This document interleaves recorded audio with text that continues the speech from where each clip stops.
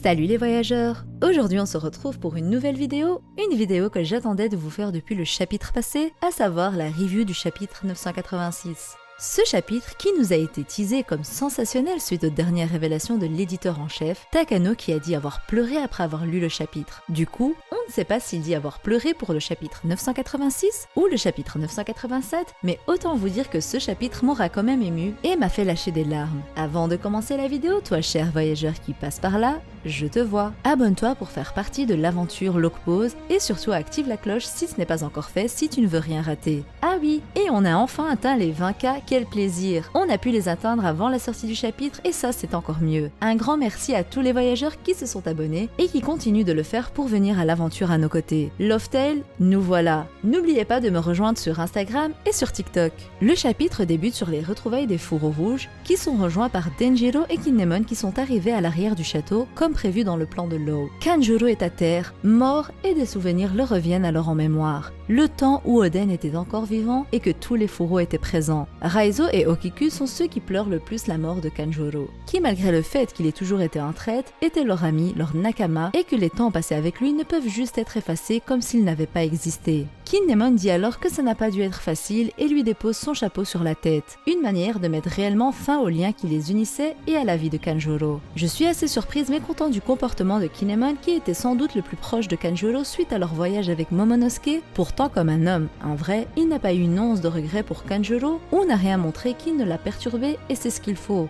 Un juste milieu où certains acceptent le sort de Kanjuro totalement, sachant qu'il le méritait, et d'autres comme Raizo et Kiku qui sont un peu plus sensibles à sa mort, même si c'est Kiku elle-même qui a tué Kanjuro. Beaucoup alors pensent qu'il est impossible que Kanjuro soit mort off-screen parce que ce ne serait selon eux pas logique que ce traître meure sans qu'on le voie. Pour autant, et je vous l'avais dit dans ma review du chapitre 985, Kanjuro a été tué et il est impensable au contraire qu'après cette scène, qui le montre bel et bien mort, il soit vivant. Oda à travers ses deux premières planches a montré l'acceptation du sort du traître, donc je ne vois pas pourquoi on devrait en douter, sachant que son sort était logique. Après tout, seul contre 7 vassaux d'Oden, il ne pouvait rien faire. Même s'il était accompagné, la force des fourreaux n'est pas compatible avec celle des sous-fifres d'Orochi et des dessins de Kanjuro. Kanjuro est mort et il faut l'accepter, surtout que si ça avait été un dessin, il se serait transformé en ocre comme on l'a vu lorsque Kinemon a tenté de le trancher au port à l'annonce de sa trahison. Si Kanjuro venait à revivre, c'est là que ce serait décevant, donc 9 fourreaux seront passés à côté d'un piège et n'auront pas pensé à vérifier qu'il s'agissait pas d'un dessin alors qu'ils connaissaient tous le pouvoir de Kanjuro? Impossible. Beaucoup alors disent qu'Oda n'aime pas tuer ses personnages et que donc il reviendra d'une manière ou d'une autre. Mais au contraire, même si c'était un traître, sa mort était inévitable, et Oda qui n'aime pas faire mourir ses personnages l'a fait mourir off-screen, un choix audacieux qui ne plaît pas à tout le monde, mais pour ma part qui me plaît parce qu'on n'a pas de temps à perdre avec Kanjuro encore plus. Si Kiku ne l'avait pas tué, un autre fourreau s'en serait chargé. Et si au final Kanjuro est en vie, c'est là qu'il faut être déçu parce qu'il était face à tous ceux qui l'a trahi, mais il serait encore en vie. Illogique. Bref, tout ça pour vous dire que Kanjuro est mort, on l'a vu, tout le monde a fait son deuil, donc faites le vôtre également. Le chapitre continue sur les retrouvailles de Kinemon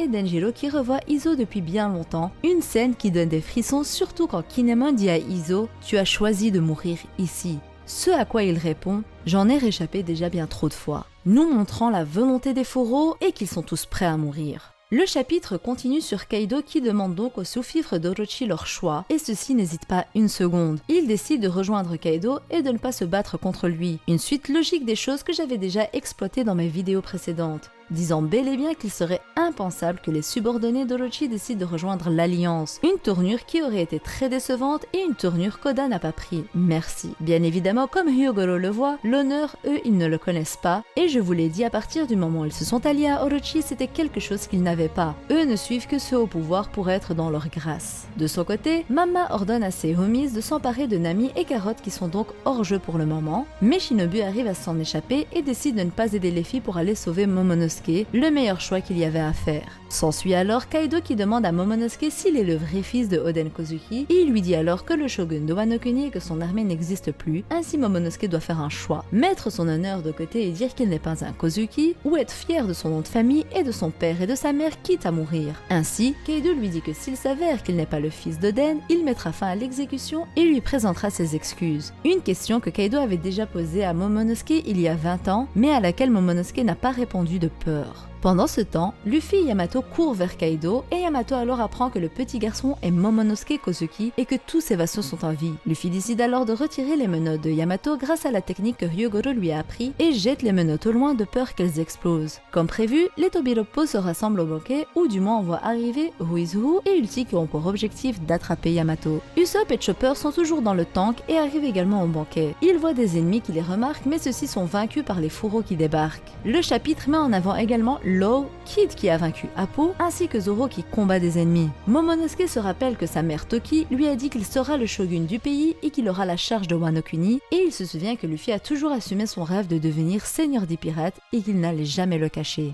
On a droit aussi à un petit flashback où Momo demande l'origine de son nom à son père Oden, et ainsi Momonosuke prend la parole. Momo signifie le plus fort du monde. Mon nom est Momonosuke Kozuki et je suis celui qui deviendra le shogun de Wano. Une phrase qui me fait personnellement frissonner, sachant pertinemment que c'est sa rencontre avec Luffy qui a donné tant de courage à Momonosuke pour assumer son rêve, son devoir et son statut. Bon, il se met à pleurer juste après, mais on ne peut pas lui en vouloir. Il n'a que 8 ans et à cause de cette phrase, il voit sa vie défiler sous ses yeux. Les gens en rigolent, sauf Kaido qui est énervé de voir que ce gamin qu'il pensait lâche assume son nom de famille et son statut. Mais il est trop tôt pour penser à la mort. Une partie de banquet explose à cause des menottes de Yamato, ce à quoi celle-ci ne croyait pas, ne pensant pas que son père tenterait de réellement lui faire du mal.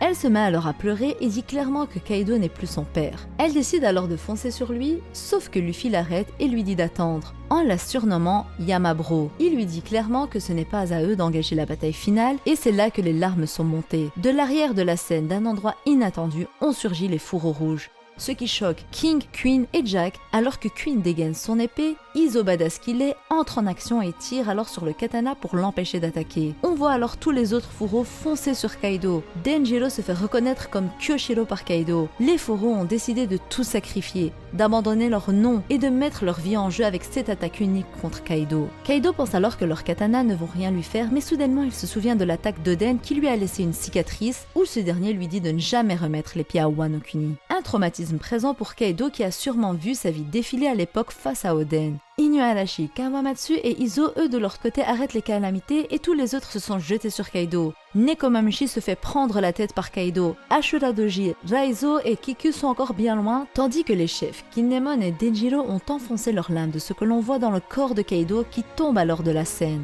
Une scène franchement mémorable qui, je l'avoue, m'a fait pleurer. Je ne dis pas que c'est pour cette raison que l'éditeur a pleuré, il se peut que le moment le plus triste, ou du moins émouvant, soit dans le prochain chapitre. Mais ce qui est sûr, c'est que cet enchaînement m'a ému, parce qu'il y a eu des scènes flashbacks, des expressions, des paroles qui ont fait le job. Ce chapitre était excellent selon moi, et Oda a tellement bien fait de faire que Momonosuke assume d'être un Kozuki, que Luffy comprenne que ce n'est pas à eux de déclarer la guerre contre Kaido mais bien aux fourreaux, et de laisser la première attaque aux fourreaux qui ont totalement géré leur plan pour l'instant parce qu'ils ont clairement pris Kaido en tenaille et par surprise. Ça m'a d'autant plus étonné que les calamités se sont fait facilement arrêter par les fourreaux et je me dis que l'espoir n'est pas perdu, même s'il y aura des morts dans cette guerre. Si au final les fourreaux atteignent un certain niveau de puissance tel que celui de Jack par exemple, ce serait vraiment positif pour la guerre et l'alliance. Spéciale mention à Denjiro, Izo et Kinemon qui ont été les maîtres dans ce chapitre. Les meilleurs fourreaux selon moi, mais ce ne sont que mes goûts personnels. J'aime bien évidemment beaucoup les autres.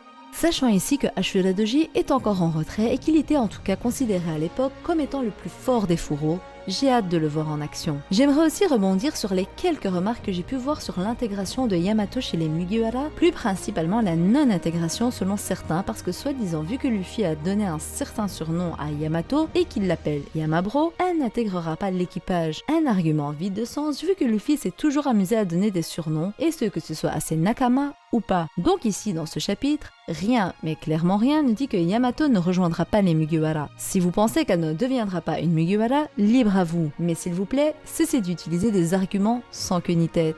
La suite des événements s'annonce salée, surtout dans l'état dans lequel on a laissé les choses, et plus principalement les fourreaux. Sincèrement, je doute réellement qu'il y ait un mort dans le prochain chapitre parce qu'il serait trop tôt, même si Kinemon a fait allusion à la mort à 2 reprises, que ce soit lors de ses retrouvailles avec Izo, ou encore lors de son attaque contre Kaido, je pense pas qu'il y aura un mort aussitôt. Nekomamushi se fera sûrement blesser par Kaido, mais rien de très grave. Il est résistant et les calamités se mettront sûrement au travers de leur chemin, et c'est de là alors que je me dis au final que vu que Marco n'est pas là pour le moment, j'aimerais bien voir un petit Izo vs King qui aura le mérite de tous nous divertir. Zoro, je le vois bien affronter Who is Who qui est là et Ulti par un autre Nakama. J'ai hâte aussi, et j'espère que pendant cette diversion digne de ce nom par les fourreaux, que Sanji a sauvé Momonosuke en utilisant son Red Suit et l'a confié à Shinobu pour qu'il s'en aille au loin, loin de la guerre. Parce que si Momonosuke venait à rester au centre de cette guerre, il y aura toujours ce danger de le prendre en otage et de l'utiliser. Une tournure personnellement que je ne veux pas parce que quand tu es stratège dans une guerre, tu sais quelles sont les possibilités et ce que l'ennemi utilisera contre toi, à savoir ici Momonosuke. De ce fait, j'aimerais vraiment que Shinobu ait pensé à s'en aller loin avec Momonosuke et qu'on ne les revoie pas avant un moment, qu'il se cache que ce soit sur Onigashima ou dans le sous-marin de Law par exemple. Voilà, en tout cas ce chapitre m'aura mis du baume au cœur et j'ai beaucoup aimé le lire et le relire. Je crois que personne n'est prêt pour la suite. Du coup, j'attends vos avis dans les commentaires et comme d'habitude, je compte sur votre acquis du likement pour me montrer votre puissance et me montrer si la vidéo vous a plu. Un grand merci encore pour les 20K, je compte sur vous pour aller me follow sur Insta et TikTok. Sur ce, je vous dis à la prochaine et d'ici là, portez-vous bien. Bye!